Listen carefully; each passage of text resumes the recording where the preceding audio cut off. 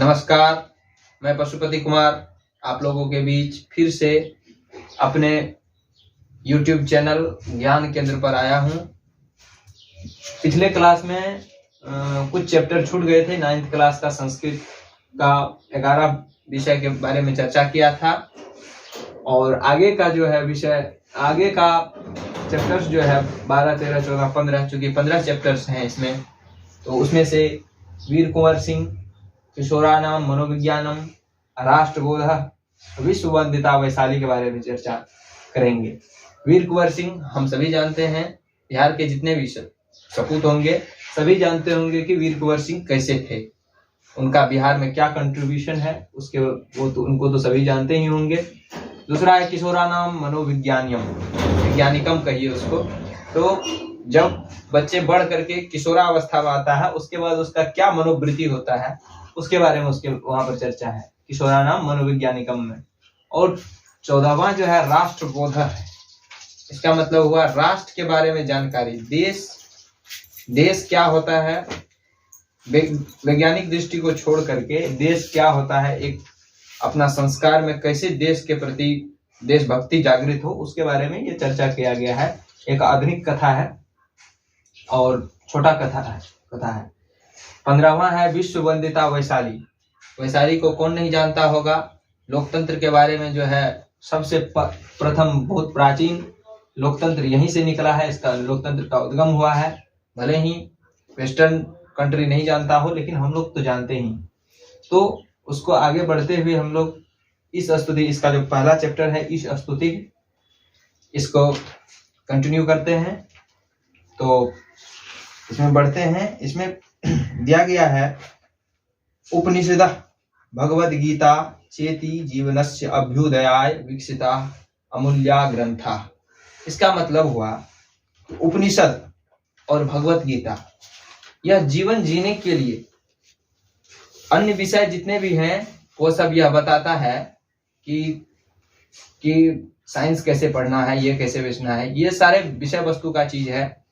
लेकिन यह जो भगवत गीता और उपनिषद है यह हम लोग को जीवन जीने का तरीका सिखाता है और उसमें हम कैसे बढ़ते रहें, जीवन कैसे जिए, ये सिखाता है। शॉर्टकट में हम लोग बढ़ते जा रहे हैं। दूसरा उपनिषद अनेकेषाम ऋषिनाम विचारान प्रकटयन्ति, जिसको हम लोग उपनिषद कहते हैं। इसमें कई ऋषि, कई महर्षि, बड़े बड़े महर्षि लोग इसमें अपना विचार प्रकट किए हैं। भगवद गीता तू केवलस्य योगेश्वरस्य कृष्णस्य। भगवद गीता भगवान स्वयं के योगेश्वर श्री कृष्ण जो अखिल ब्रह्मांड के स्वामी हैं, उसका ही एक रूप है, कहिए वही है, और उनका ही बोला हुआ वचन है उसमें। उभयत्रापि परमात्मनः, उभयत्रापि यह दोनों, परमात्मनः सर्वशक्ति संपन्ना दर्शिता, यह दोनों जो है परमात्मा के सर्वशक्ति रूप को दिखाता है। अस्मिन् पाठे मतलब इस स्तुति पाठ में, तस्यैव परमेश्वरस्य स्तुतिः वर्तते। इस पाठ में परमेश्वर जो कि सब कुछ ईश्वर को कंट्रीब्यूट करता है, ईश्वर के, परमेश्वर के स्तुति के बारे में लिखा गया है। इसमें पहला जो है उपनिषद तैत्तिरीय उपनिषद से लिया गया है। इसमें यहाँ पर बुक में दिया गया है तैत्तिरीय उपनिषद 2.9। जितने भी क्लास 9 के विद्यार्थी होंगे वो सभी जानते ही होंगे कि तैत्तिरीय उपनिषद। तो सबसे पहले हम ये बता दें कि उपनिषद क्या होता है। उपनिषद प्राचीन काल में जब विद्यार्थी घर छोड़ करके गुरुजी के पास जाते थे तो गुरुजी अपने सम्मुख बैठाकर उसको जो भी कहते, जो भी बोलते, समझाते, वो एक जो है बुक के रूप में प्रकाशित हुआ आने वाले समय में अभी, और वो जो है आगे चल के उपनिषद बन गया और वो एक ब्रह्म वाक्य की तरह बन गया और उसी को हम लोग पढ़ते हैं, समझते हैं, जो कि जीवन में सहयोग करता है जीने में। तो यहाँ तैत्तिरीय उपनिषद है, उसमें लिखा गया है 2.9 में, तैत्तिरीय उपनिषद में। तो वही उपनिषद में है कि यतो वाचो निवर्तन्ते अप्राप्य मनसा सह आनंदम ब्राह्मणो विद्वान नो विभेति कुतश्चन। मतलब जब वाणी यतो वाचो निवर्तन्ते, छोड़ के चला जाता है, अप्राप्य मनसा स, किसको, मन को छोड़कर चला जाता है, जब वाणी आनंदम ब्राह्मणो विद्वान न विवेकी कुतश्चन, मतलब आनंद ब्राह्मण जो है वह इससे नहीं डरता है, कदापि नहीं डरता है। दूसरा है, यदि दूसरा उपनिषद का बात करें इस स्तुति में, तो दूसरा है बृहदारण्यक उपनिषद 1.3.28 दिखाई पड़ता होगा। इसमें है बृहदारण्यक उपनिषद। इसमें कहा गया अस्तोमा सदगमय तमसोमा ज्योतिर्गमय मृत्योर्मा अमृतंगमय। इसका मतलब हुआ कि हे प्रभु, हे सर्वशक्ति संपन्न जो भी शक्ति है प्रकृति में, आप हमें असत से सत की ओर ले चलें, अंधकार से प्रकाश की ओर ले चलें और मृत्यु से अमृत की ओर ले चलें। तो दूसरा उपनिषद हमको ये सिखाता है, इसमें बताता है कि हम जो है दूसरा उपनिषद में प्रभु से सत्य से असत्य से सत्य की ओर जाते हैं। तीसरा है एको देवः सर्वभूतेषु गूढ़ः, एक देवता, एक भगवान, एक ईश्वर, एक सर्वशक्ति संपन्न जो भी सुपर पावर है, सर्वभूतेषु गूढ़ः, सभी जीवों में छिपा हुआ है, गूढ़ के रूप में, रहस्य के रूप में छिपा हुआ है। सर्वव्यापी सर्वभूतांतरात्मा, मतलब सभी जगह व्याप्त है, सभी जीवों के अंतरात्मा में निहित है। ये हम नहीं कह रहे हैं, ये श्वेताश्वर उपनिषद में कह रहा है। यहाँ तीसरा जो है श्वेताश्वर उपनिषद, इसमें ये बताया गया है कि एक देवता, एक ईश्वर, एक भगवान, एक अल्लाह, जो भी कहें, वो सभी जीवों में रहस्य के रूप में छिपा हुआ है। और क्या है, सर्वव्यापी, सभी जगह व्याप्त है। ऐसा नहीं कि मंदिर में ही सिर्फ है या मस्जिद में ही सिर्फ है या कहीं भी, मतलब कहीं नहीं है। इसका मतलब हुआ सर्वव्यापी, सभी जगह व्याप्त है। आप जहां हैं वहां व्याप्त है, सभी जीव में व्याप्त है। सर्वभूतांतरात्मा, सभी जीव में व्याप्त है। कहाँ, अंतरात्मा के रूप में। कर्माध्यक्ष सर्वभूताधिवास, मतलब कर्माध्यक्ष, कर्मों का अध्यक्ष है वो, कर्माध्यक्ष सर्वभूताधिवास, सभी जीवों में है। अभी तुरंत बताए सर्वभूतांतरात्मा, सभी जीवों के अंतरात्मा में जहाँ हृदय है वहीं पर हृदय गति करता है, या तो प्राण वायु जो है उसी के रूप में है, कुछ भी रूप में हो सकता है, सभी चीज है।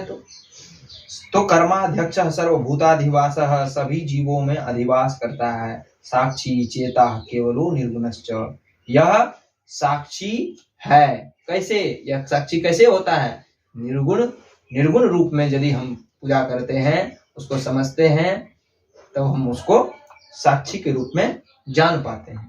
तो ये श्वेताश्वर उपनिषद में एक थोड़ा सा ये था। तो आगे बढ़ते हैं। ये उपनिषद की बात हुई, ये 3 उपनिषद से लिया गया है, और 2 श्लोक है वो गीता से लिया गया है। देखते हैं गीता में क्या कहा गया है। गीता का अगर मतलब गीता 11.38 है, देखते होंगे पुस्तक में लिखा हुआ है। तो इसमें है त्वमादि देव पुरुषः पुराणः। इसमें कहा गया है कि हे प्रभु, तुम आदि देव, आप जो हैं प्रारंभ के पुरुष हैं, जब कुछ नहीं था तब आप ही थे। पुरुषः पुराणः, मतलब पुराणों में आपको पुरुष ऐसा शब्द से संबोधित किया गया है।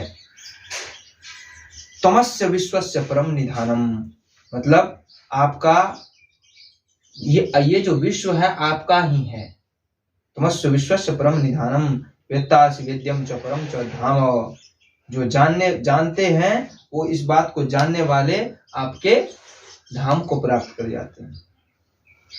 वेत्तासि वेद्यम च परम च धाम त्वया ततम विश्व अनंत रूप, जो इस चीज को जान जाता है, आपके इस अनंत रूप को भी जान जाता है कि आपका जो है अनंत रूप है, जहां तहां हर एक कण कण में है। उसके बाद लास्ट है, इसके बाद हम लोग हो जाएगा, खत्म हो जाएगा। नमः पुरुस्तादथ कृष्टितस्ते नमोस्तुते सर्वत एव सर्व अनंत वीर्या मित विक्रमस्तुं सर्वं समाप्नोषि ततोषि सर्व। इसका मतलब हुआ नमः पुरुस्तादथ पृष्ठतस्ते, मतलब स्वर्ग से भी ऊपर, या यो कहें कि वो सुपर पावर जो कि सबसे ऊपर है, उसको नमस्कार है। नमः नमोस्तुते सर्वत एव सर्व, यह सब कुछ को नमस्कार है, क्योंकि यह ब्रह्मांड से या प्रभु के एको हम बहुत श्यामः, ऐसा कहने के बाद जो है मैं एक हूँ, मैं बहुत रूप में हो जाऊं, ऐसा भावना करने से यह पूरा संसार सृष्टि बन गया। तो बहुत श्यामा वाला श्लोक जो बोले उसके अनुसार यदि चलते हैं तो यह नमस्तुते सर्वतैव सर्व, सब चीज को नमस्कार है, जो भी चीज है सब भगवान है, भगवत स्वरूप है, लेकिन भावना करने का बात है। अनंत वीर्यामित विक्रमस्तुम, क्यों? क्योंकि वह बहुत शक्तिशाली है, अनंत वीर्या, बहुत शक्तिशाली, इसका कल्पना नहीं कर सकते आप। सर्वम समाप्नोषि ततोषि सर्वः, जो कि सभी को अपने में अंततः समा लेता है। तो ये इस स्तुति सिर्फ पढ़े नहीं, अपने आप को फीलिंग करें, अपने अनुभव भी साझा करें कमेंट करके कि आखिर इससे आपको क्या समझ में आया।